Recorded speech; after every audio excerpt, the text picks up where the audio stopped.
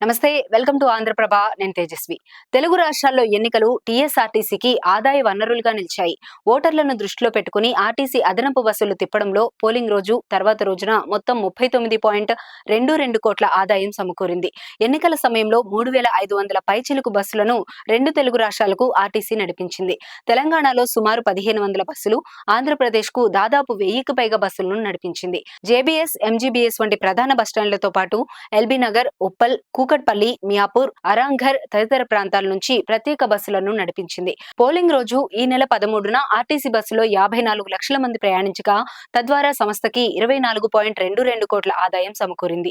Polling మరుసటి రోజు 14వ తేదీన 54 లక్షల మంది ప్రయాణించారు. టికెట్ కొనుగోలు చేసిన వారి ద్వారా ఆదాయం 15 కోట్లు సమకూరాయని అధికారులు తెలిపారు.